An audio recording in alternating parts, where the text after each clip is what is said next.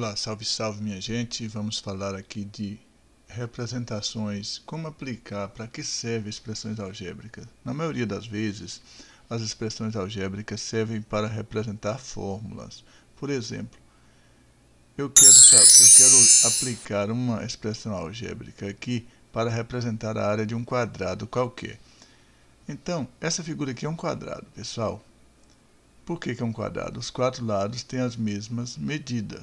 Uma única medida para os quatro lados. O tamanho que é um é outro. E os quatro ângulos são ângulos de 90 graus.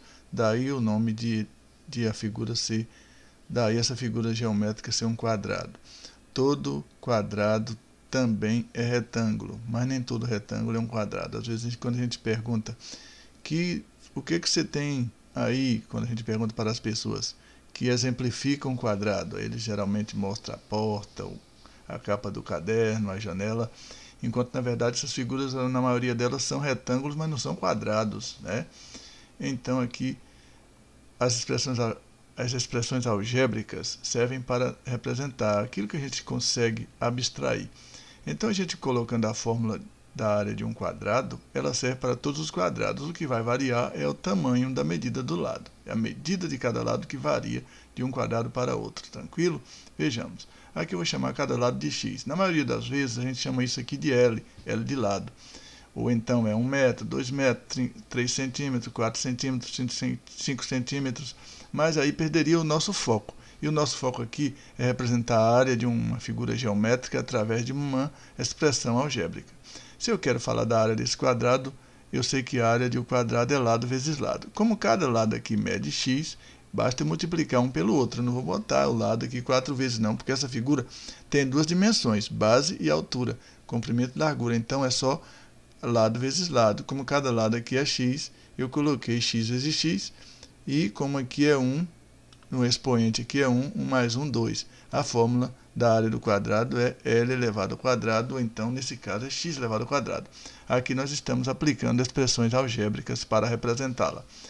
E no mesmo quadrado, eu quero falar agora do perímetro. Eu quero representar esse perímetro também por uma fórmula, por uma expressão algébrica. De novo, eu coloquei todas as medidas, que são aqui medidas x, né? Cada lado aqui mede x. Então, para eu falar do perímetro, eu vou somar lado mais lado mais lado.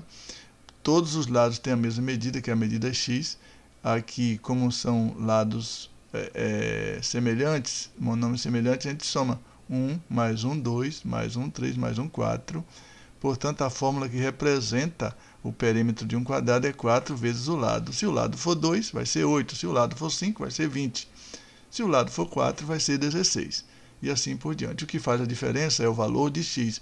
Vocês se lembram, ou vocês já viram, ou já estudaram em algum momento aí, valor numérico de uma expressão algébrica. Porque essa parte aqui, essa parte da letra é chamada variável, porque a gente pode colocar no lugar dessa letra qualquer número, tá bom? Qualquer número real. Vamos em frente?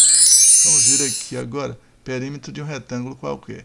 Já aqui, pessoal, os dois lados opostos têm a mesma medida, o de cima com o de baixo, e os dois, o direito e o esquerdo, têm a mesma medida. O de cima e o de baixo têm a mesma medida. Esse de baixo é chamado de base, e o de cima também pode ser considerado como base, porque a medida de cima é a mesma de baixo. E o lado direito e esquerdo a gente vai chamar de H, que significa altura. Então, se eu quiser falar do perímetro dele, eu vou somar todas essas medidas aqui. Vai ser B mais H mais B mais H. Aí você vai observar o seguinte, esse B com esse B são dois monômios semelhantes. H com H também são dois monômios semelhantes. A gente pode juntar. Um B mais outro B vai ser 2 vezes B, e um H mais outro H vai ser 2 vezes H. Então, para qualquer figura retangular, o perímetro é calculado assim. E aqui nós estamos aplicando uma fórmula, uma expressão algébrica para representar. O que vai diferenciar um retângulo do outro, seja o tamanho da capa do teu caderno, do campo de futebol, de uma quadra poliesportiva, é o valor de B e o valor de H. O valor do comprimento e o valor da largura, tá bom? E vamos para frente, vamos ver o que temos mais por aqui.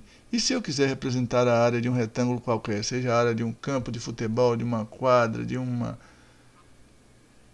uma piscina qualquer, o que eu uso? Eu uso uma fórmula diferenciada, aqui eu trouxe o mesmo retângulo, mas aqui para falar de área a gente tem que multiplicar, porque a área é toda a parte interna, certo?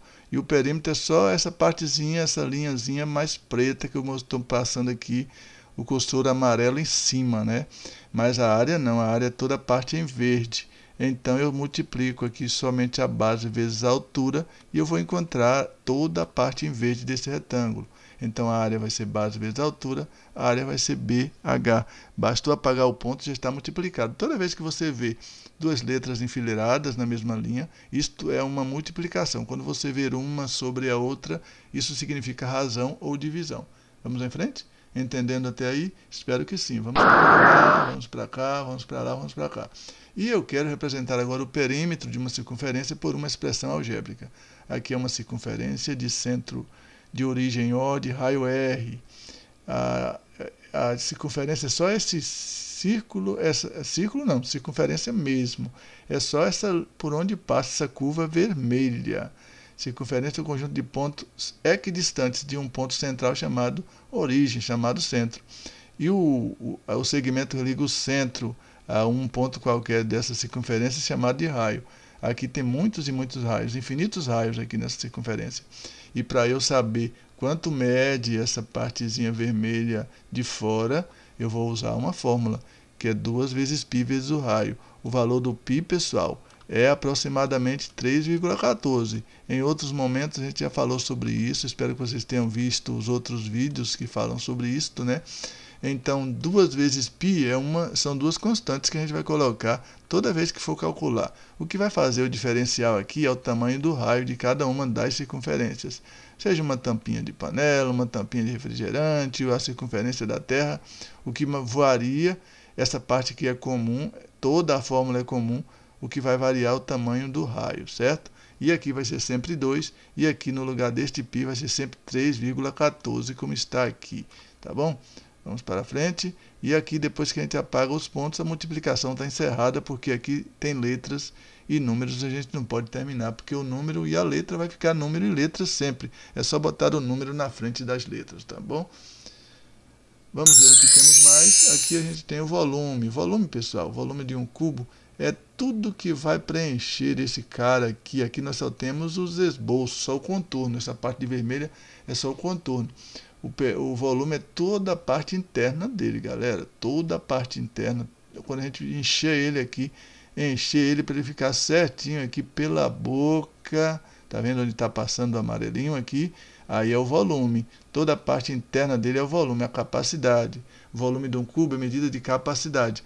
Então, cada contorno desse aqui é chamado de aresta. Cada cantinho desse é aresta. Aresta, aresta, aresta, aresta, aresta, aresta, aresta, aresta. Onde você vê um ladinho desse aqui, você vai chamar isso de aresta, tá bom? E aí a gente vai botar o A aqui de aresta, aresta e aresta. A nossa intenção era fazer um cubo regular, né? Porque quando a gente fala que uma figura é um cubo, todas as arestas têm o mesmo tamanho. Por isso que a gente vai fazer aresta vezes aresta vezes aresta. Se fosse um paralelepípedo, seria base vezes largura vezes altura. Mas aqui a gente chama todo mundo de aresta porque todas essas arestas são congruentes, ou seja, têm a mesma medida. E para falar o volume, basta a gente multiplicar. A vezes A vezes A, aresta vezes aresta vezes aresta.